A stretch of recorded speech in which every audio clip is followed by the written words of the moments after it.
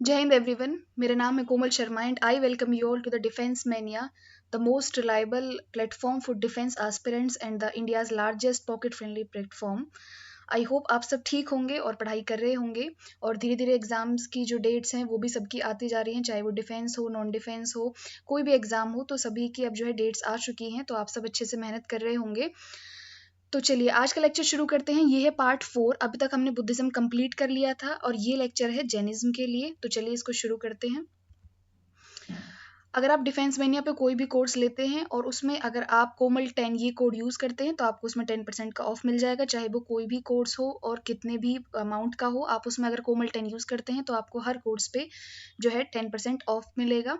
और ये सभी कोर्सेज अवेलेबल हैं, जैसे कि CDS एफकेट के लिए, या फिर सिर्फ एफकेट सिर्फ CDS के लिए, CAPF के लिए, या NDA के लिए, या ACC के लिए, और इवन SSB के लिए भी जो है हमारे पास पूरी रिकमेंडेड फैसिलिटीज़ हैं। तो आप यहाँ पे आके, और वो भी बहुत ही रीजनेबल प्राइस में है, और उस पर भी अगर आप कोमल 10 यूज़ करेंगे तो आपको 10% का ऑफ भी मिल जाएगा। तो इस तरीके से आप जो है फ़ायदा उठा सकते हैं।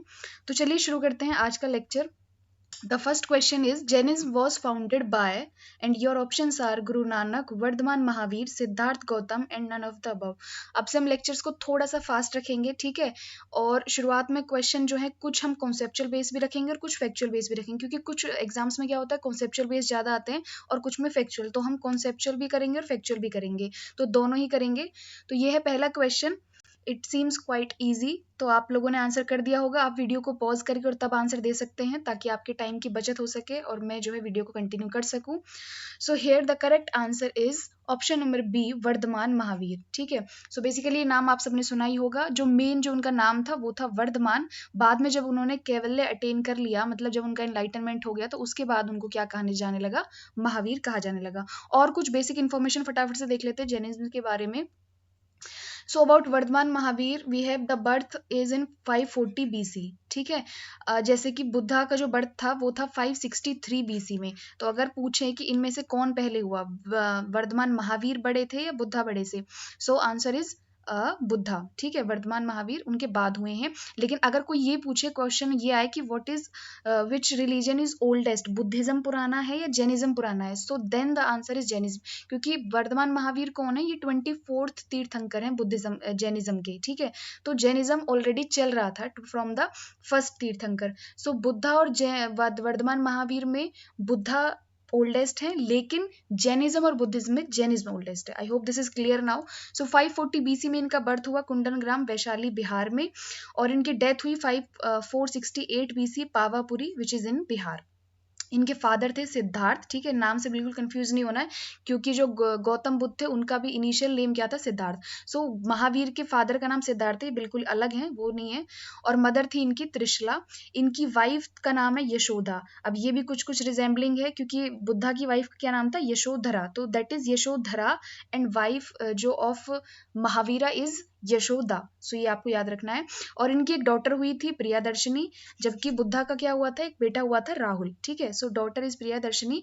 और इनकी शादी किससे हुई थी, जमाली। सो जमाली कौन थे, son in law of Vardhaman Mahavir.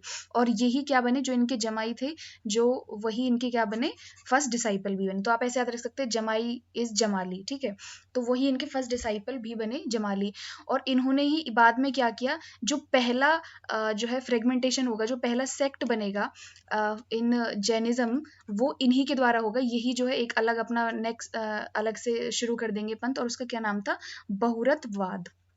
तो अगर क्वेश्चन आता है कि बहुरतवाद जो है किसने स्टार्ट किया या उसके फाउंडर कौन थे, so the answer is Jamali. और जमाली कौन थे, son in law of Vardhaman Mahavir. So I hope this is clear. अब देखो एक ही क्वेश्चन से कितने सारे क्वेश्चन हो गए, क्योंकि हमारा मोटिव यहाँ पे ये है कि हम कम समय में फटाफट से जितने पॉसिबल फैक्ट्स हैं वो सब जो है रिवाइज कर सके आपके एग्जाम ओरिएंटेड। ठीक है। सो क्वेश्चन का मतलब सिर्फ ये नहीं कि वही 4-5 क्वेश्चन है, उनसे रिलेटेड जितनी भी इन्फॉर्मेशन है वो सब हमें रिवाइज करनी है। So I hope this basic information is clear now. Okay. Next, which Indian state has the most number of followers of Jainism? And your options are Rajasthan, Gujarat, Kerala and Maharashtra. So आपको बताना है कि इन चारों में से किस state में जो है सबसे ज्यादा number of followers of Jainism है। तो ये भी इजी ही क्वेश्चन है। आई थिंक सब लोगों ने इसके बारे में काफी पढ़ते भी रहते होंगे। तो आप अपना आंसर लिख सकते हैं वीडियो पॉज करके। And I am going to tell you the correct answer, which is B, Gujarat. ठीक है, गुजरात में आपने देखा, क्योंकि जैनिज्म जो है बेसिकली किससे है, जो जैसे कि जो मर्चेंट या ट्रेडिंग क्लास है ना, उसने बहुत ज्यादा इसको अडॉप्ट किया था जैनिज्म को। ठीक है, वो मैं आपको बताऊंगी जब जैनिज्म की फिलोसफी बताऊंगी कि क्यों किया था। सो इसमें सबसे ज्यादा जो वैश्य थे उस टाइम के, क्योंकि समाज क्या था, 4 पार्ट्स में डिवाइडेड था ना, ब्राह्मण, क्षत्रिय, वैश्य, शूद्र। तो वैश्य जो थे, जो सबसे ज्यादा जो ट्रेडिंग सोसाइटी थी, ठीक है, जो पैसा कमाने के लिए काम करते थे, जो कमर्शियल क्लास थी, उसने बहुत ज्यादा जैनिज्म को अपनाया था। ठीक है, और वो सबसे ज्यादा गुजरात में है फॉलोअर्स। ठीक है, next question is the Dilwara temple at Mount Abu in Rajasthan is related to the followers of Sikhism, Buddhism, Jainism या वैष्णविज्म। जो दिलवारा टेम्पल है कहाँ पे है, माउंट आबू में है, और माउंट आबू कहाँ है, राजस्थान में है। तो ये जो है किसके फॉलोअर्स के लिए है, सो the correct answer is Jainism. Jainism के फॉलोअर्स के लिए है दिलवारा टेम्पल, जो कि कहाँ है, माउंट आबू, राजस्थान में। Next is in ancient India Nalanda university represented a great centre for the study of Mahayana Buddhism, Hinduism, Hinayana Buddhism या जैनिज्म। जो एंसेंट इंडिया में जो नालंदा यूनिवर्सिटी थी, वो जो है किसका सेंटर थी स्टडी, वहां पे क्या ज्यादा पढ़ाया जाता था, Mahayana Buddhism, Hinduism, Hinayana Buddhism या जैनिज्म। ठीक है, अब ये पूरा का पूरा जो स्लाइड है, ये जो लेक्चर है, ये जैनिज्म के ऊपर है, तो आप ज्यादातर क्वेश्चंस में सबका आंसर जैनिज्म लिख देंगे, तो ऐसा भी नहीं होगा, क्योंकि इसका जो करेक्ट आंसर है वो क्या है, महायान बुद्धिज्म। क्योंकि देखो बुद्धिज्म हम ऑलरेडी पढ़ चुके हैं, तो एक बार आपकी उसमें भी रिवीजन हो जाएगी, क्योंकि बहुत सारे क्वेश्चन पूछे जाते हैं जिसमें बुद्धिज्म और जैनिज्म में कंपेरिजन या डिफरेंशिएशन की बात पूछी जाती है। सो नालंदा में बेसिकली बुद्धिज्म के ऑल दो सारे ही सेक्ट पढ़ाए जाते थे, लेकिन अगर हम मेनली देखा जाए, अगर इसमें सिर्फ बुद्धिज्म होता तो हम बुद्धिज्म लिखते, बट अगर महायान, हीनयान स्पेशली मेंशन है तो हम आंसर टिक करेंगे महायान बुद्धिज्म। ठीक है, सो नालंदा किससे था, महायान बुद्धिज्म से। Next is which of the following is common in both Buddhism and Jainism. Buddhism और जैनिज्म दोनों में कॉमन क्या है, ठीक है, non violence, violence, existence of God या कास्टिज्म। सो आप वीडियो पॉज करके अपना आंसर लिख सकते हैं। अब देखिए, अगर किसी को नहीं भी पता हो, क्योंकि देखो हर क्वेश्चन ऐसा जरूरी नहीं कि हमारे पढ़े हुए में से ही आए, तो हम क्या करेंगे, we have to deselect तक ऑप्शंस, आप ऑप्शंस को हटाते जाएंगे। एक तो कास्टिज्म की तो सबसे पहले दोनों में से किसी में बात नहीं हुई होगी, ठीक है, और वायलेंस की तो वैसे भी कोई बात नहीं करेगा। आप अटकेंगे आके यहाँ पे ए और सी में आके, बहुत सौ ने ए लगाया होगा और बहुतों ने सी आंसर लगाया होगा। देखो, एग्जिस्टेंस ऑफ गॉड के ऊपर ना, मैंने आपको जब बुद्धिज्म पढ़ाया था उसमें क्या बताया था कि बुद्धा जो है उस पर चुप रहे, उन्होंने इसके बारे में कुछ बोला ही नहीं, तो दैट मीन्स हम कह सकते हैं कि वो शायद ना मानते हो इस चीज में। और इसलिए जो कॉमन जो होगा वो क्या होगा, सो गॉड ऑफ तो नहीं होगा, सो कॉमन क्या है, नॉन वायलेंस, क्योंकि अहिंसा की बात किसने की है, जैनिज्म में तो बहुत ज्यादा, मतलब आप कह सकते हैं centre of Jainism philosophy is non violence. अहिंसा ही जो है मेन, जो है कह सकते हो आप सेंटर है जैनिज्म का, और ये बुद्धिज्म में भी कहा गया है। सो नॉन वायलेंस है जो दोनों में कॉमन है। Next is Chandragupta Maurya was a follower of Sikhism, Jainism, Buddhism या वैष्णविज्म। तो आपको बताना है कि इन चारों में से कौन सा फॉलोअर्स था, किसके फॉलोअर थे चंद्रगुप्त मौर्य। देखो, जो भी इंपॉर्टेंट किंग्स हैं, ठीक है, रूलर्स हैं, वो अगर पर्टिकुलर किसी फिलोसफी की तरफ थे, उनके कोई किसी ने पैट्रोनाइज किया है, तो वो आपको ध्यान रखना है। जैसे कि अशोका का था बुद्धिज्म की तरफ, ठीक है, इसी तरीके से अजात शत्रु वगैरह का। तो मेनली दो ही रहेंगे, सिखिज्म, बुद्धिज्म। अब हर्षवर्धन क्या है, इनिशियली ही वॉज, वो शैविज्म से थे, बाद में वो महायान बुद्धिज्म में कन्वर्ट हो गए in the influence of वेनजांग।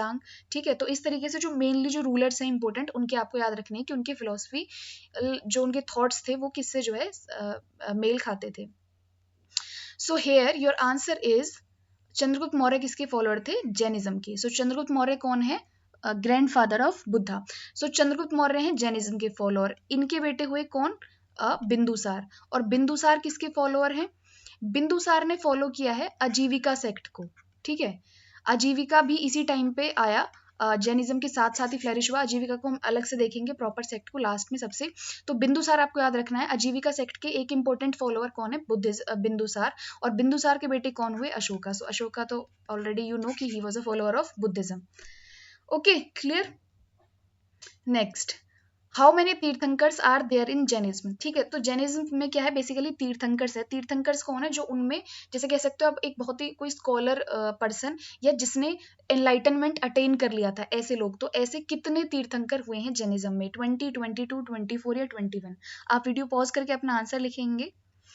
And the correct answer is option number C 24. So till now there are 24 tirthankars in Jainism. अब सारे 24 तीर्थंकर्स आप नहीं याद रख सकते, बिल्कुल याद रखने की कोई जरूरत भी नहीं है. जो आपको याद रखने हैं वो याद रखना है. तो फर्स्ट कौन थे? तो फर्स्ट कौन थे? Rishabh Dev.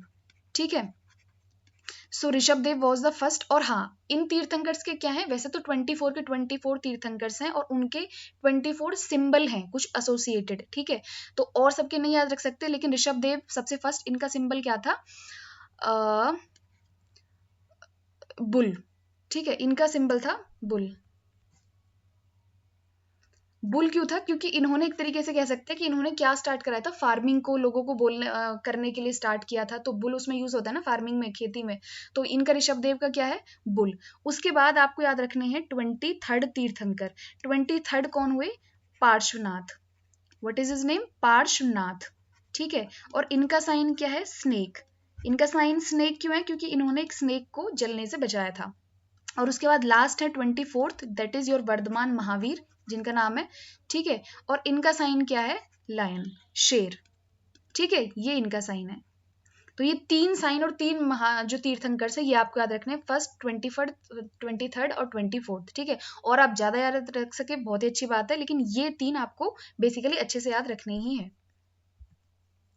Next is which cave is a cultural mix of religious arts of Buddhism, Hinduism, Jainism. अब देखो, जो भी ये फिलोसफीज हैं बुद्धिज्म और जैनिज्म में, खासकर इनसे रिलेटेड जो भी लिटरेचर की बुक्स है कोई अगर, तो वो याद रखनी है. और अगर जो आर्किटेक्चर है, कुछ कोई स्कल्पचर है, ठीक है, किसी तरह का कोई आर्ट एंड कल्चर वाला है, तो वो आपको याद रखना है कि भाई ये जो पर्टिकुलर टेम्पल है या ये पर्टिकुलर बिल्डिंग है ये बुद्धिज्म या जैनिज्म से एसोसिएटेड है. ठीक है, अब जैसे कि मेनली इनमें केव्स वगैरह हैं तो वो आप याद रख सकते हैं, कोई पेंटिंग है तो वो याद रख सकते हैं. तो यही यहाँ पे पूछा गया है कि ऐसी कौन सी केव है इनमें से, अजंता, एलोरा, एलिफेंटा, बादामी, जो है रिलीजियस जो आर्ट्स का मिक्सचर है, बुद्धिज्म का भी, हिंदुइज्म का भी, जैनिज्म का भी. तो आपको आंसर देना है अजंता, एलोरा, एलिफेंटा या बादामी में से. आई होप आपने इसको करेक्टली मार्क किया होगा. So your answer is B, Ellora. ठीक है, एलोरा अजंता के पास ही है, महाराष्ट्र में ही है. अजंता बेसिकली किससे रिलेटेड है? बुद्धिज्म से रिलेटेड है, उसमें मेनली जो है बुद्धिज्म का है. सो लेकिन एलोरा हमें मिलती, स्पेलिंग ये गलत है, डबल एल आएगा. सो ये जो है तीनों का हमें blend of Hinduism, Jainism and Buddhism we can see in the Ellora caves. So next question is Kaivalya is associated with which religious philosophy? So कैवल्य एक टर्म आई है अब हमारे पास, जैसे हमें बुद्धिज्म में बहुत सारी टर्म मिली थी, ऐसे ही अब जैनिज्म में भी देख रहे हैं हम. जैनिज्म में उतनी नहीं है, डरिए मत. सो कैवल्य किसके साथ एसोसिएटेड है? Buddhism, Jainism, Vaishnavism, Shaivism. Obviously आप लोगों ने गैस कर ही लिया होगा. सो करेक्ट आंसर इज जैनिज्म. लेकिन पॉइंट क्या है आपको इस क्वेश्चन को देने का कि आप ये समझे कि कैवल्य क्या है. सो कैवल्य बेसिकली क्या है? बुद्धिज्म वाला निर्वाण ही है. ठीक है, द एनलाइटनमेंट. ठीक है, ये इसको क्या कहा गया है? जैनिज्म में कैवल्य कहा है. So after attaining this Kaivalya a person is called Mahavir. मतलब वो जिन हो जाता है, उसको जैन बोलते हैं. मतलब जिन मतलब जिसने अपनी इंद्रियों को जीत लिया हो. One who has conquered all his senses, जिसने अपने ऊपर पूरा वो कर लिया तो वो जीत गया, तो वो जिन, और जिन से ही नाम बना जैन. तो वो फिलोसफर, वो उनके फॉलोअर्स कौन हो गए? जैन हो गए. तो यही है. So Kaivalya is the enlightenment. Clear? Next, what are the triratnas in Jainism? So आपको बताना है कि त्रिरत्न कौन है जैनिज्म के. बुद्धिज्म के भी 3 रत्न हमने पढ़े थे, और अब आपको बताना है जैनिज्म के. So your option A is right faith, right knowledge and right conduct. B is Mahavir, kaivalya and Ajivika. C is anuvrat, sallekhana and kaivalya. And D is Buddha, dhamma and sangha. Okay, so correct answer is, देखो अब आपको अपने आप में निकालना हो तो आप ये तो बिल्कुल हटा ही देंगे, है ना. और इसको भी आप हटा सकते हैं क्योंकि आजीविका एक अलग ही सेक्ट है, तो इसका इससे कोई मतलब होगा ही नहीं. आप कंफ्यूज हो सकते हैं, तो ए और सी में हो सकते हैं, but the correct answer is a. Right faith, सम्यक विश्वास, सम्यक ज्ञान और सम्यक कर्म. ठीक है, ये 3 जो है क्या है? ज्वेल्स हैं बुद्धिज्म, जैनिज्म के. बुद्धिज्म के ज्वेल थे ये बुद्धा, धम्म और संघ. इसके अलावा और ऑप्शंस को देख लेते हैं. तो महावीर मैंने आपको बता दिया. आफ्टर अटेनिंग कैवल्य, वर्धमान का नाम क्या होगा? Mahavir. So Kaivalya is the term which is used for enlightenment in Jainism. Ajivika एक अलग ही सेक्ट है. Okay, next is Anuvrat. Anuvrat माने, अनु माने क्या होता है? Something which is in small, छोटा. सो जैसे जैनिज्म में 2 चीजें हैं, कुछ है अनुव्रत और एक है mahavrat. So mahavrat is for the one for those persons who are following the monastic life, जो कंप्लीटली घर बार सब कुछ छोड़ के, जैसे बुद्धिज्म में थे कुछ भिक्षुक थे और कुछ उपासक थे, तो जिन्होंने जो गृहस्थ में नहीं आए, which the persons who have not started their familiar और देयर वर्ल्डली लाइफ, जो मटेरियल में ज्यादा इन्वॉल्व नहीं हुए हैं, तो वो महाव्रत फॉलो करेंगे, एकदम स्ट्रिक्ट डिसिप्लिन महाव्रत, ठीक है। और अनुव्रत कौन फॉलो करेंगे? जो गृहस्थ लोग भी हैं, ठीक है, तो वो अनुव्रत फॉलो करते थे, वो जो प्रिंसिपल फॉलो करेंगे उनको अनुव्रत का। व्रत माने क्या होता है बेसिकली? व्रत माने संकल्प, व्रत माने बस खाना पीना छोड़ देना नहीं होता, व्रत माने टू मतलब आपको कोई अपने मन में आप कुछ प्रॉमिस करो अपने आप से, कुछ संकल्प लो, जैसे कि फॉर एग्जांपल लोग बोलते हैं कि आज हम व्रत रख रहे हैं कि आज हम कुछ भी जो है we will not eat any grain, हम कोई जो ग्रेन है कोई अन्न नहीं खाएंगे, तो ये क्या है? उनका प्रॉमिस है, ये उनका व्रत है, ये उनका संकल्प है। तो ये आप कोई भी ले सकते हैं, जैसे आप व्रत ले सकते हैं कि मैं आज पूरे दिन में झूठ नहीं बोलूंगा, तो ये आपका वो टाइप का व्रत हो गया। तो ऐसे बहुत से लोग लाइफ टाइम के भी व्रत ले लेते हैं, तो वही उनमें से एक है अनुव्रत। सो अनुव्रत किसके लिए है? जो कि वर्ल्डली अफेयर्स में इन्वॉल्व हैं। Next is sallekhana. Sallekhana basically क्या होता है? To take a fast unto death, मतलब कि आप जैसे कि अब मैं जैनिज्म को फॉलो कर रही हूँ और अब मैं चाहती हूँ कि मैं अपने जो है कि इस संसार से चले जाऊं, मैं अपने प्राण छोड़ दूं, तो what I will do is I will take sallekhana. मैं संलेखना लूंगी, मतलब अब मैं सब कुछ अन्न पानी सब कुछ छोड़ दूंगी, और जब तक मेरे प्राण नहीं जाते हैं तब तक I will survive on this air only, ठीक है। So this is what we called sallekhana. And kaivalya is तो यू नो एनलाइटनमेंट, और Buddha dhamma sangha is the Buddhism. Next is what are the 5 mahavrat. देखो यहाँ पे आ गया वो 5 महाव्रत जो हैं, जो 5 इंपॉर्टेंट प्रिंसिपल्स है जैनिज्म के, वो कौन से इनमें से? अहिंसा, सत्य, अस्तेय, अपरिग्रह, ब्रह्मचर्य, या all of the above? Okay, so correct answer is all of the above, ठीक है। ये जो पांचों की पांचों हैं, ये क्या है? 5 महाव्रत हैं। सो अहिंसा, अहिंसा माने क्या होता है? Non violence. तो अगर ये इंग्लिश में भी नाम आए तो भी याद रखने हैं, लेकिन मोर चांसेस हैं कि इनकी इस तरीके से पाली या प्राकृत भाषा में नाम आए, तो non violence. Satya means truth, you are following truth whole, मतलब आप अपनी पूरी लाइफ में ट्रुथ को फॉलो करेंगे, तो ये क्या है? आपने व्रत ले लिया, आप बिल्कुल भी जो है वायलेंस नहीं करेंगे। अस्ते, अस्ते मतलब क्या होता है? टू नॉट स्टील, मतलब आप कभी कोई चोरी नहीं करेंगे। अब चोरी का मतलब, अब आप सोचोगे कि ये तो हम भी फॉलो कर रहे हैं, नहीं, चोरी हम इतनी चोरी अपनी बेसिक लाइफ में कर जाते हैं कि जिनका हमें पता भी नहीं है ना, छोटी मोटी चीजों को तो हम चोरी नहीं मानते हैं, तो लेकिन सब कुछ आता है उस चीज में, तो ये क्या है? कंप्लीट स्ट्रिक्ट डिसिप्लिन होता है। अपरिग्रह, अपरिग्रह मतलब क्या होता है? टू नॉट स्टोर, अगर आप जो है कुछ भी चीज स्टोर नहीं करेंगे, और स्टोर भी बेसिकली क्या?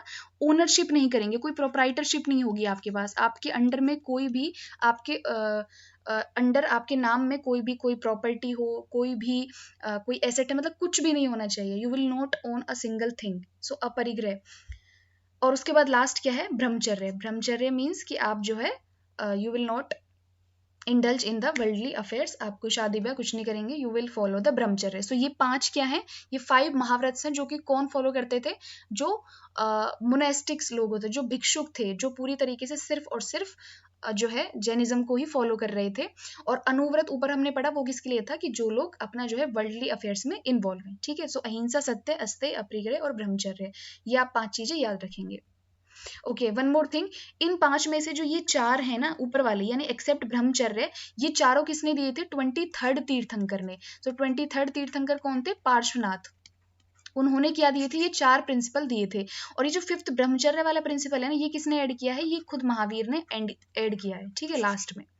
सो अगर क्वेश्चन ऐसे भी आ सकता है, तो ब्रह्मचर्य का जो 5th महाव्रत है, ये किसने ऐड किया है? महावीर ने। और बाकी के सारे किसने किए? पार्श्वनाथ थे। तो ये भी एक क्वेश्चन है।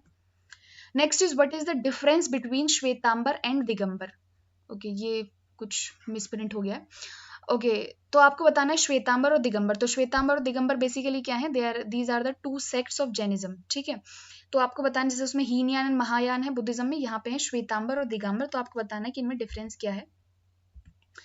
So there are 2 statement. First is the Shvetambaras wore white clothes, ठीक है। श्वेतांबर कौन है? जो व्हाइट क्लोथ्स पहनते हैं, and began to be known as the Shwetambar, while Digambars remained naked without any clothes, रहते हैं पूरी बॉडी के दिगंबर्स, और श्वेतांबर व्हाइट क्लोथ पहनते हैं। इज इट करेक्ट और not? Next, Shvetambaras were the followers of Sthulabhadra and Digambaras were the followers of Bhadrabahu, and your options are 1 only, 2 only, both 1 and 2, and B none of the above. Okay, so your correct answer is C. दोनों ही जो statements हैं वो correct है, क्योंकि दोनों ही correct difference है। अब देखो नाम से ही समझो, श्वेत अंबर, अंबर माने क्या होता है, क्लोथ ही होता है, मतलब कुछ भी चीज जो ढकी हुई, जिसपे कोई ढकने का कपड़ा, तो वो ढकने का कपड़ा, पहनने का कपड़ा एक ही बात है। सो ये क्या है, श्वेतांबर यानी कि जो कौन पहनते, श्वेत यानी कि व्हाइट क्लोथ्स पहनते, तो Shvetambaras are the one who wore white cloth. और दिगंबर, सो दिक माने क्या होता है, दिशाएं, ठीक है, जिनकी दिशाएं ही वस्त्र हैं, मतलब कि जिनका जो स्काई को ही अपना क्लोथ समझ रहे हैं, मतलब कि जो बेसिकली कोई भी क्लोथ नहीं पहन रहे, so they remains naked without any cloth रहते हैं, तो वो कौन है, दिगंबर, ठीक है।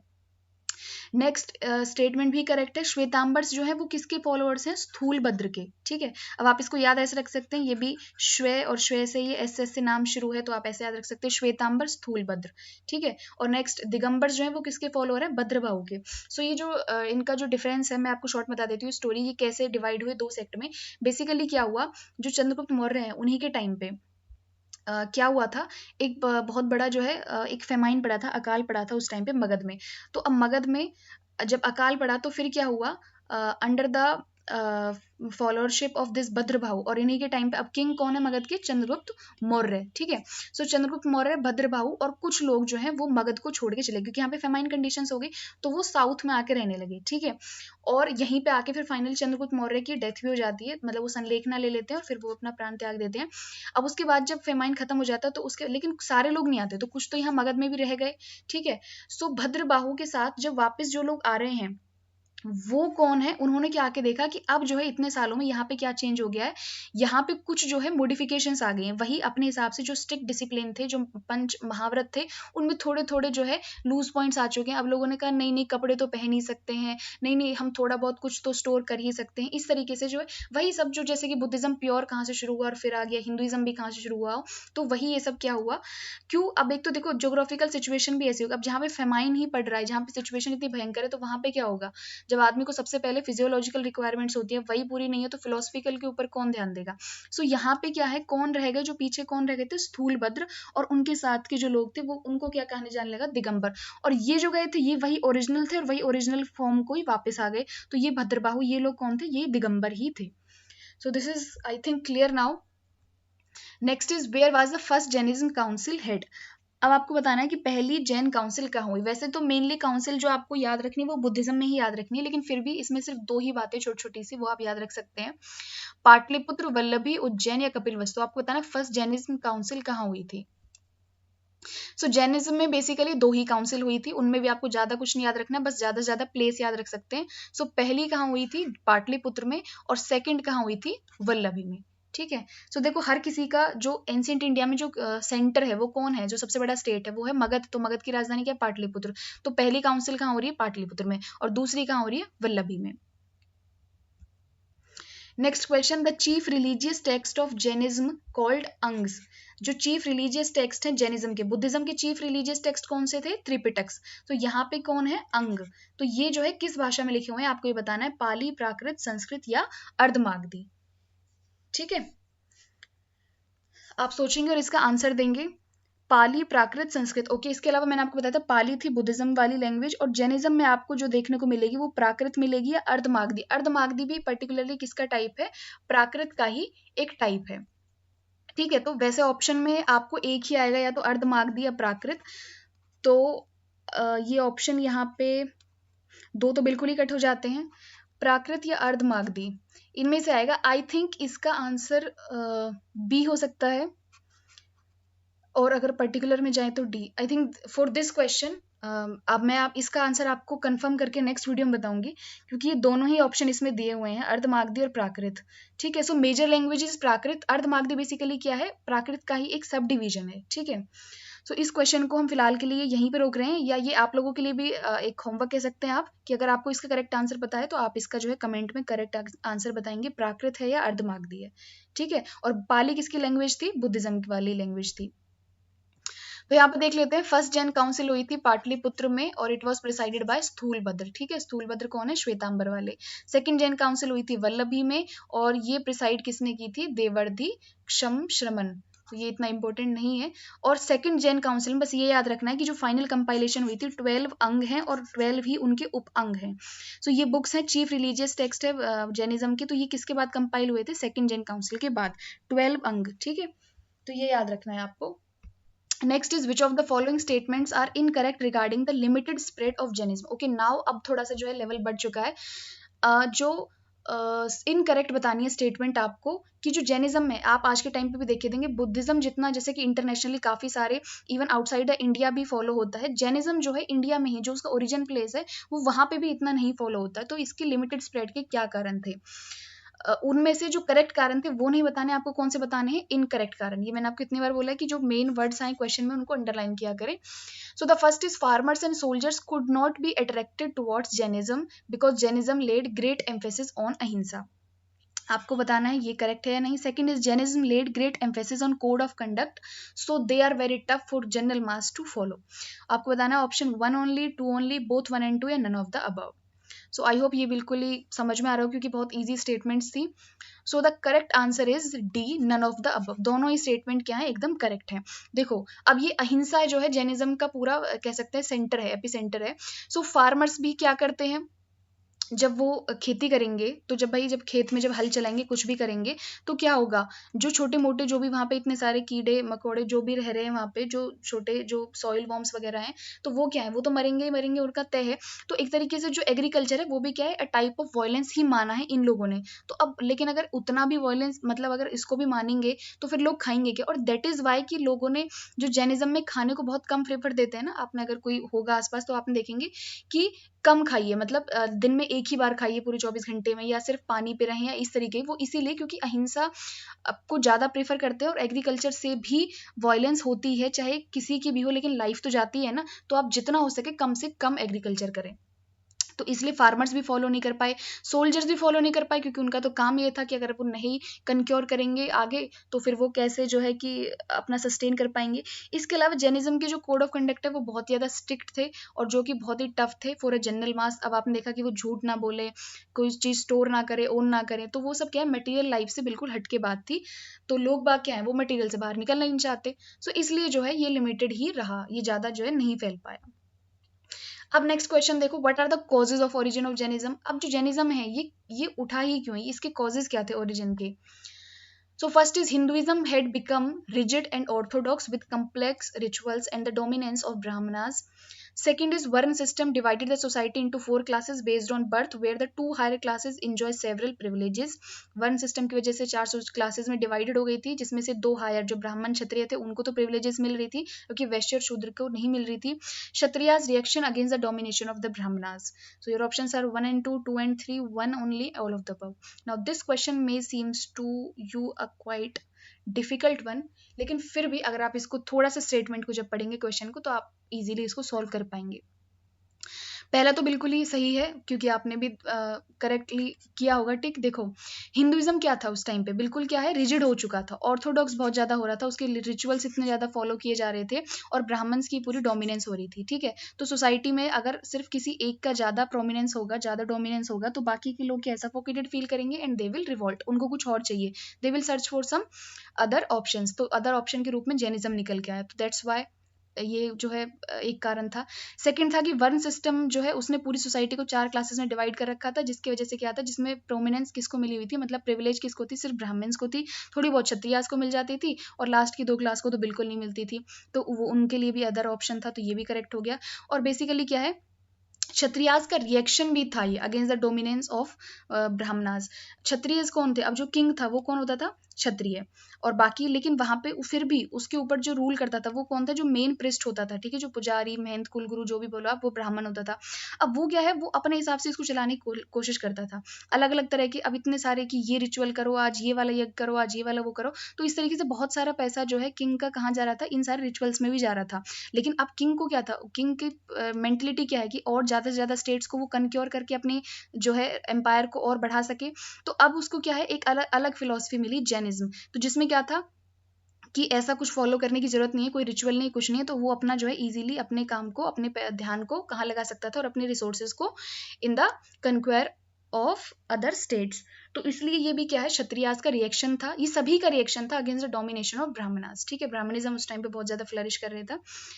सो ये जो है कि तीनों की तीनों स्टेटमेंट्स ही करेक्ट है। सो correct answer is D, all of the above. यही कारण भी रहेंगे बुद्धिज्म के भी कुछ जो है बेसिक, क्योंकि जो फिलॉसफी है वो कब उठेगी, जब आपके पास एक बेसिक कुछ कारण रहेंगे, कुछ जिनसे आप जो चली आ रही फिलॉसफी है, जो चला आ रहा है लाइफ ऑफ जो स्टाइल है, आप उससे परेशान हो जाएंगे, तो आप क्या है किसी नई की तरफ स्विच कर जाएंगे। Next is which of the following statements are correct according to Jainism philosophy. चलिए अब इसी बहाने हम देखेंगे कि जेनिज्म फिलोसफी क्या है। सो फर्स्ट स्टेटमेंट है कि आपको बताना है कि करेक्ट है कि नहीं। It aims at the attainment of liberation. Second is it recognized the existence of God but placed them under lower than Jina. Third is Jainism believes in the transmigration of soul and the theory of karma, and the famine in Magad led to the spread of Jainism in South India। आपको बताना है कि इन चारों statements में थे regarding the Jainism philosophy कौन सी statement correct है। 1 and 2, 1, 2 and 3, 3 and 4 only, या D all of the above. So the correct answer is D all of the above. सारी स्टेटमेंट्स करेक्ट है। फर्स्ट ऑफ ऑल तो इनका attainment, क्योंकि Jainism क्या बोलता है कि जो आपकी जो सोल है ना, वो एक तरीके से बहुत सारी ये सोल है, और ये क्या है बहुत सारे ऐसे बंधन में बंधी हुई है, ठीक है, और ये सब क्या है, और इसी में ये क्या है अलग अलग जो है वापस जो हम जो है इस शरीर के जन्म मरण के चक्कर में ही फंसे रहते हैं। अब ये जो है अगर थ्रू द कर्मा, हम कर्म के द्वारा, एक कर्म क्या है एक सीजर के रूप में काम करेगा, जो इस पूरे जो ये जो बैंडेज लगा हुआ है सोल के आसपास, इसको कट कर देगा, और जो ये सोल है ये क्या हो जाएगी, फ्री हो जाएगी, लिबरेट हो जाएगी। सो ये एम क्या है जैनिज्म का, टू लिबरेट द सोल। तो दैट मीन्स कि they believes in the soul, soul को बिलीव करते हैं वो, जबकि बुद्धिज्म का सोल वोल में कोई बिलीव नहीं है, ठीक है। मतलब वो बिलीव कर रहे हैं कि सोल है, बट ऐसा कुछ नहीं हो रहा है कि भाई आप इसी लाइफ से फिर नेक्स्ट में जा रहे हैं, क्योंकि उनका कुछ मानना ही नहीं है कि भाई आप जो है सोल से चेंज करेंगे और आपको कुछ मोक्ष मिलेगा आप इससे हटके। Buddhism is a very practical, जो कि कह रहे हैं कि सिर्फ जो आपको दिखाई दे रहा है आप उसमें तो कम से कम मान लो, बाकी की चीजें तो बाद में देखी जाएंगी, कि आप इस लाइफ में रहते हुए ही ठीक से फॉलो करेंगे, अपने आप को ठीक से रहेंगे, तो आपको उसी में ही निर्वाण मिल जाएगा। But Jainism believes in the transmigration of soul and the theory of karma. So theory of karma में दोनों ही बिलीव करते हैं, बुद्धिज्म भी और जेनिज्म भी। Jainism recognize the existence of God, जबकि बुद्धिज्म में रिकॉग्नाइज किया ही नहीं है, कुछ कहा ही नहीं एग्जिस्टेंस के बारे में, लेकिन जेनिज्म में भी गॉड को लोअर देन जिन्ना, मतलब जिसने अटेनमेंट किया हो, यानी महावीर से भी नीचे पोजीशन है। गॉड है तो सही, लेकिन क्या है वो जिन्ना से, महावीर से नीचे है।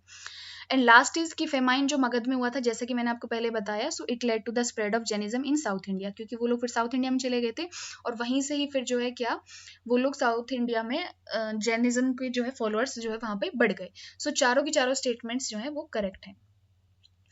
Next is in Odisha Jainism enjoyed the patronage of. आपको पता है उड़ीसा में कौन जो है किसकी पेट्रोनाइजेशन में जैनिज्म फ्लरिश हुआ, राजा भोज, कलिंग किंग ऑफ खरवेला, अशोका, या नन ऑफ द अबव। अगर आप थोड़ा बहुत भी दिमाग लगाएंगे और सोचेंगे तो आप इस आंसर को बिल्कुल करेक्टली कर देंगे। अशोका तो बिल्कुल नहीं होगा, क्योंकि अशोका तो मगध में है। उड़ीसा, राजा भोज, भोज भी कहाँ, ये एमपी के उज्जैन वाला साइड है, मालवा, तो ये भी नहीं है। तो करेक्ट आंसर क्या है, कलिंगा किंग ऑफ, ये है कलिंग उड़ीसा में है, तो ये जो बी है इसका, ये क्या है करेक्ट आंसर है। यह क्वेश्चन ऐसे भी पूछा जाता है कि जो कलिंगा किंग ऑफ खारवेला था वो कौन से जो है रिलीजन को फॉलो कर रहे थे, और आपको ऑप्शन दे देंगे जैनिज्म, बुद्धिज्म, ये सब कुछ, तो आपको बताना है कि Jainism. Next is Kalpa Sutra, history of Jainism is written in Sanskrit. So Kalpa Sutra क्या है, एक बुक है जो संस्कृत में लिखी हुई है, जिसमें क्या है हिस्ट्री ऑफ जैनिज्म है। So it was written by whom, Sthulabhadra, Nagarjuna, Mahavira, या भद्रबाहु। तो आप वीडियो पॉज करके आंसर देंगे, and the correct answer is D, Bhadrabahu. ठीक है, भद्रबाहु कौन है, दिगंबर वाले सेक्ट के। Okay, so this was all about Jainism. Ajivika sect क्या था, देखो आजीविका सेक्ट के बारे में दो तीन बातें हैं। एक तो इसके फाउंडर कौन थे, ठीक है, सो ये थे मक्काली घोष, ठीक है। अब बेसिकली ये कौन थे, आप कह सकते हो कि महावीर के ही फ्रेंड थे, उन्हीं के कंटेम्प्रेरी थे, लेकिन बाद में इन्होंने क्या है, महावीर ने और मक्काली घोष दोनों ने साथ साथ जो है वो जो ध्यान लगाना है, ठीक है, उसको स्टार्ट किया था। लेकिन बाद में क्या है, फिर इनकी कुछ जो है कुछ चीजों पे आके ये एकमत नहीं हो पाए, और फिर इन्होंने क्या है, मक्काली घोष ने अलग सेक्ट बना लिया, which is come to be known as Ajivika sect. So इसके एक इंपॉर्टेंट जो पैट्रोनाइजर थे, वो मैंने आपको बताया वो कौन थे, बिंदुसार, फादर ऑफ अशोका। और एक चीज और की फिलोसफी अपने आप में क्या है, तो इन शॉर्ट आप ये समझ सकते हैं कि ये सब कुछ क्या बिलीव करते हैं, टोटली फेट में बिलीव करते हैं, कि देखो जो भी कुछ है होना है वो होगा ही होगा, ठीक है, एवरीथिंग इज प्री डिटरमाइंड, और उसमें हम लोग कुछ नहीं कर सकते, तो जो होना है सो होना ही है, तो अपनी बहुत ज्यादा हम जो है हाथ पांव ना चलाएं। सो this is the philosophy of आजीविका सेक्ट। जबकि जैनिज्म किस में बिलीव करता है, थ्योरी ऑफ कर्मा में। बुद्धिज्म भी किस में बिलीव करता है, थ्योरी ऑफ कर्मा में। ठीक है, तो इतना आप आजीविका सेक्ट के बारे में याद रखेंगे। So here we finish our philosophies. इसके बाद हम जो लेक्चर लेंगे उसमें हम कुछ जो है मिक्स क्वेश्चन लेंगे सभी से, क्योंकि एंशियंट को हम फटाफट कवर करना चाहते हैं इन 2-3 लेक्चर्स में ही। तो चलिए मिलते हैं अगले लेक्चर में। Till then take care, stay safe और पढ़ाई करते रहें और रिवाइज करते रहें। और आपके जो भी फीडबैक हो प्लीज़ उसे कमेंट में ज़रूर बताएं।